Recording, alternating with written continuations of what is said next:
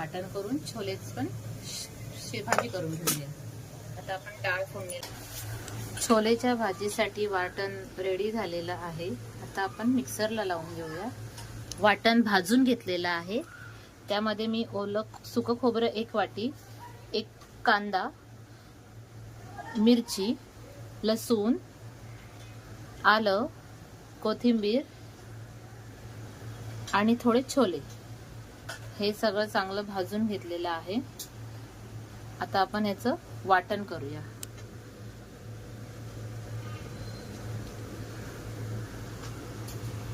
आणि छोले फोडणीला घालूया।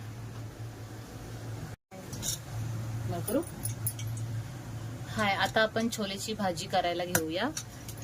मी मगाशी वाटण दाखवले होते, आता भाजलेलं खोबरं वगैरे त्याचं वाटण करून घेतलं आहे। आता आपण छोले फोडणीला टाकूया।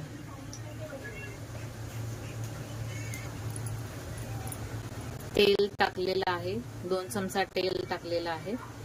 आता आपण त्याच्यामध्ये तेजपत्ता टाकूया आणि कढीपत्ता। ते चांगलं तडतडू दे।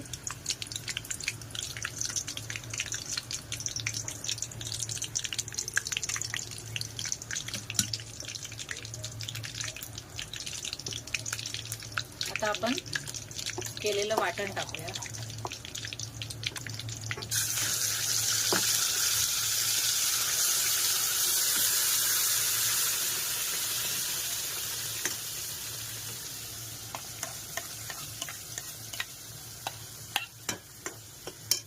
आता याच्यामध्ये आपण काही घरगुती मसाले टाकूया। लाल तिखट, धना जिरा पावडर,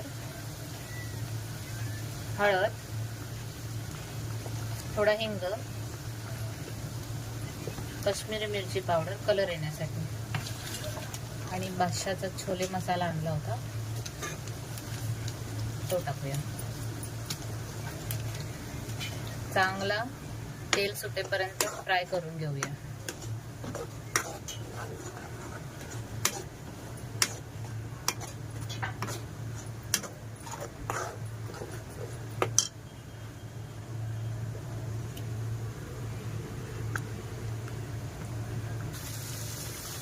हे बघा, असं तेल सुटलं पाहिजे छानपैकी।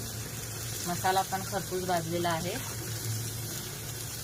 आता आपण त्याच्यामध्ये छोले टाकून घेऊया।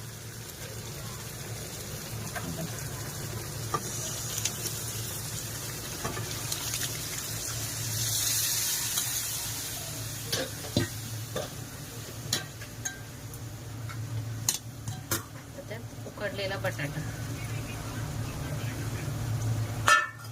मीठ ऑलरेडी छोल्यांमध्ये होतं, पण तरी सुद्धा आपण थोडं टाकूया।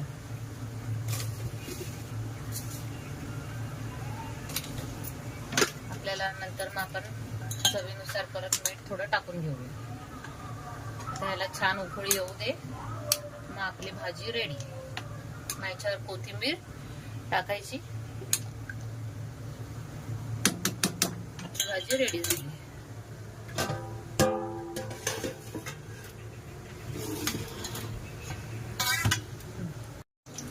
छोलेची भाजी रेडी झालेली आहे। आता आपण त्याच्यामध्ये कोथिंबीर टाकूया आणि गॅस बंद करूया।